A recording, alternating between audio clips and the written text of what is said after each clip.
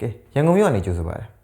အခုတလောရန်ကုန်မြို့လူဝင်လူထွက်အရမ်းများနေတာကြောင့်အကိုတို့ရန်ကုန်သားစစ်တွေကိုပဲမြို့ထဲပေးဝင်တော့တယ်အဲ့တော့ညီကိုအကိုမိခွန်းနေမိမယ်အကုန်လုံးဖြည့်နိုင်ရင်မြို့ထဲဝင်ခွင့်ရမယ်ဟုတ်ကဲ့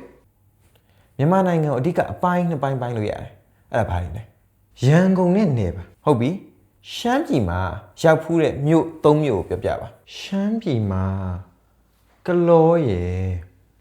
ပြီးတော့ကလောရယ်ကလောရယ်ပါဟုတ်တယ်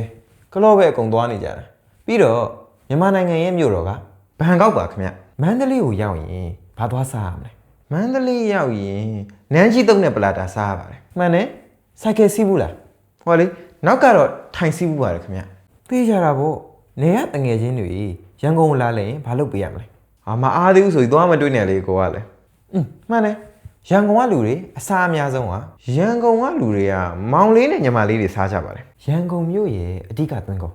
စောက်တော်သားတွေပါအဓိကထုတ်ကုန်ကစောက်เสียကြီးတွေပါရန်ကုန်မှာရှိတဲ့ရာသီဥတု၃ခုကိုပြောပြပါရန်ကုန်မှာနွေရာသီရယ်မိုးရာသီရယ်အရန်ပူတဲ့နွေရာသီရယ်ပါဟုတ်ပြီရန်ကုန်မြို့မှာကားပိတ်တဲ့ရက်တွေကတနင်္လာရယ်အင်္ဂါဗုဒ္ဓဟူး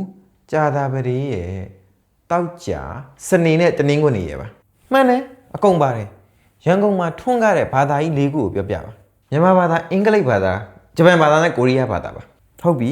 ရန်ကုန်သားတွေဘာကိုအများဆုံးကိုးကွယ်လေးရှိလဲမမကိုကိုးကွယ်ပါတယ်အေးပေါ့မမကိုးကွယ်ရင်ဘာသွားကိုးကွယ်တော့မှာတော့ကဲ